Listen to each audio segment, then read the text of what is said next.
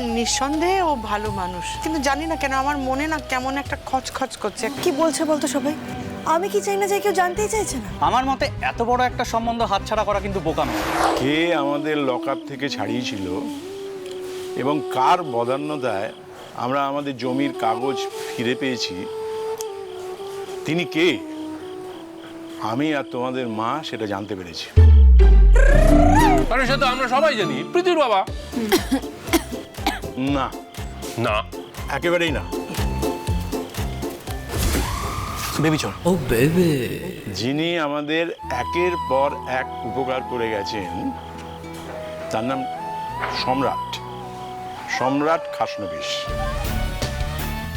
SK group of ইন্ডাস্ট্রিজের মালিক। সব যদি ঠিকঠাক থাকে, আপনাদের আশীর্বাদ থাকে,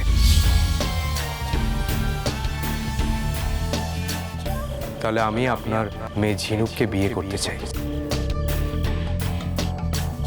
হ্যাঁ, তোমরা সবাই ঠিকই ধরেছো। ঝিনুককে বিয়ের প্রস্তাব দিয়েছিল যে সেই সম্রাট। তাই নাকি? হ্যাঁ মা, উনি। ও বাবা, আর এদিকে আমি ভাবছি এসবের পেছনে বোধহয় প্রীতির বাবার হাত আছে। হতেই পারে, প্রথমে ওই ছেলেটা, তারপরে ড্যাডও। দুজনের প্রেসারে হয়তো পুলিশ বাবা মাকে ছেড়ে দিয়েছে, হতে পারে না? একদম হতে পারে। ও বেবি, বেবি বললে সব হতে পারে। কিন্তু এই বাড়িতে তো কেউ বিশ্বাসই করে না যে আমি কারোর কোনো হেল্প করতে পারি। না না প্রীতি, বড় বৌমা কথাটা ওইভাবে বলেনি। থাক মা, আমি সব বুঝি, কে কিভাবে কি বলতে চায় আমি সব বুঝি। আর আমি এই কথাটা ইন জেনারেল বলেছিলাম। তাছাড়া আমি তো আপনাদের হেল্প করতে চেয়েছিলাম মন থেকে, বলুন মা। It's okay baby, cool down, ঠিক আছে? প্রীতি মা, তুমি কষ্ট পাচ্ছ কেন? তোমার মন যে কতটা পরিষ্কার তা তো এ বাড়ির আমরা সকলেই জানি। বড় মা, প্রীতি শান্ত, হ্যাঁ, খাও খাও, সবাই খাও। ও খোকা, কথাটা তো অন্যদিকে ঘুরে গেল। ওই সম্রাটের কথাটা শুনি। এর ব্যাপারে কি কইব কও দেখি মা, হ্যাঁ? এমন মিষ্টভাষী সোজা সাপটা মানুষ তো আমি জীবনকালে দেখি না। কোটি কোটি টাকার মালিক, এতটুকু অহংকার নাই। আমাদের বিপদের কথা ওনার কানে যাইতে না যাইতেই সাহায্যকরণের লাগা আগায় আসছেন।